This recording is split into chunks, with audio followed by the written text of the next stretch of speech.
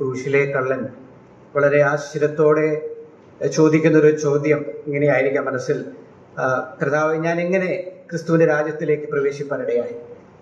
ഒരു വാക്യം ഞാൻ പൗലോസിൻ്റെ വാക്കുകൾ എടുത്ത് നിങ്ങൾ ഓർമ്മിപ്പിക്കാൻ ആഗ്രഹിക്കുന്ന എഫേസ്യ ലേഖനം, epistle of Ephesians chapter 1 verse 4. എഫേസ്യ ലേഖനം 1-ാം അധ്യായം അതിൻ്റെ 4-ാം വാക്യം. Ephesians chapter 1 verse 4.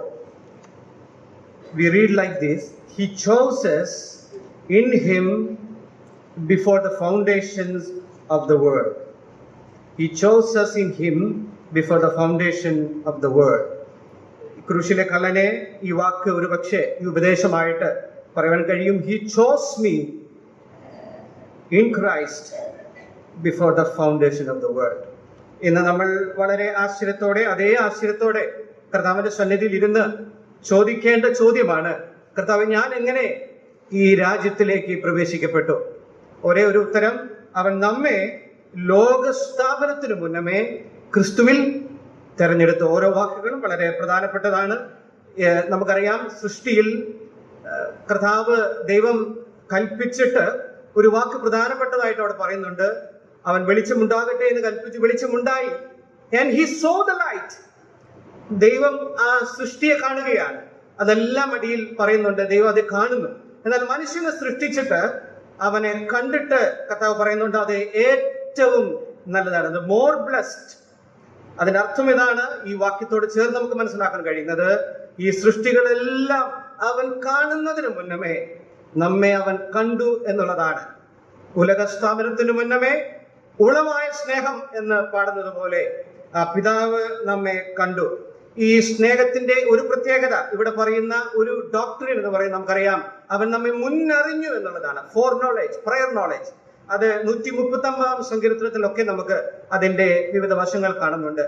മുന്നറിവ് എന്ന് പറയുന്നത് കേവലം അവൻ നമ്മെ ചില ജനറൽ ആയിട്ട് അറിഞ്ഞു എന്നുള്ളതല്ല, വളരെ പേഴ്സണൽ ആയിട്ട്, ഇന്റിമേറ്റ് ആയിട്ട് അവൻ ഉലക സ്ഥാപനത്തിന് മുന്നേ അറിഞ്ഞു. അതിന്റെ ഒരു വിവരണമാണ് 139-ാം സങ്കീർത്തനത്തിൽ സങ്കീർത്തനക്കാരൻ പറയുന്നത്, ഞാൻ ആ അമ്മയുടെ ഗർഭത്തിലായിരുന്നപ്പോൾ നീ എന്നെ വളരെ കെയർഫുള്ളി മെടഞ്ഞു എന്നുള്ള വാക്ക് അവിടെ ഉപയോഗിക്കുന്നുണ്ട്. It's an embroidery language.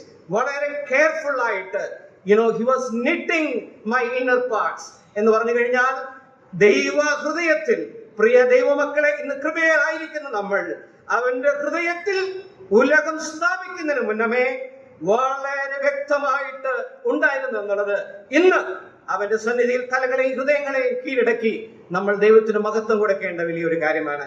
അവിടെ പറയുന്ന മറ്റൊരു കാര്യമുണ്ട്.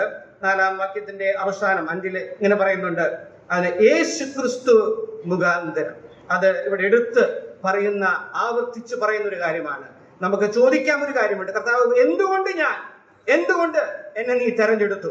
ഒറ്റൊരു വാക്കാണ്, for the sake of Christ his son. Yeshu Kristu മുഖാന്തരം, ഇൻ ക്രൈസ്റ്റ്, ആ പുത്രനിൽ നമ്മൾ അവന്റെ സ്വരൂപത്തോട് അനുരൂപരാകേണ്ടതിന്. അതിന്റെ ഒരു അൾട്ടിമേറ്റ് എയിം 3 വട്ടം ഇവിടെ പറയുന്നുണ്ട്. അത് എന്തിനായിരുന്നു കർത്താവേ എന്ന് പറഞ്ഞു കഴിഞ്ഞാൽ മറ്റൊരു കാര്യം 6-ന്റെ അവസാനമാണ്. 6-ന്റെ മധ്യഭാഗത്തിൽ പറയുന്നു, തന്റെ കൃപാമഹത്വത്തിന്റെ പുകഴ്ചയ്ക്കായിട്ട്. 12-ാം അധ്യായം 12-ാം വാക്യം, Ephesians 1:12. Again he is repeating the same word. അവന്റെ മഹത്വത്തിന്റെ പുകഴ്ചയ്ക്കായിട്ട്. 14. Again he is repeating the same thing. തന്റെ മഹത്വത്തിന്റെ പുകഴ്ചയ്ക്കായി. To the praise of his glory, for the sake of his son, he chose me. തെരഞ്ഞെടുക്കപ്പെട്ട നമ്മളിൽ ഒരു യോഗ്യതയുമില്ല, ഒന്നുമില്ല. എന്നാൽ ഒരു കാര്യം നമുക്ക് ഇന്ന് പറയാം, എന്റെ കർത്താവേ, നീ മുഖാന്തരം, നീ കാരണം, നിന്റെ മഹത്വത്തിന്റെ പുകഴ്ചയ്ക്കായി, പ്രാണിയായ പൊടിയായ നീ എന്നെ വീണ്ടെടുത്തത് കൊണ്ട് ഞാൻ നിന്നെ സ്തുതിക്കുന്നു, മഹത്വപ്പെടുത്തുന്നു. അവന്റെ പൊന്നുനാമം എന്നും എന്നേക്കും മഹത്വപ്പെടുമാറാകട്ടെ.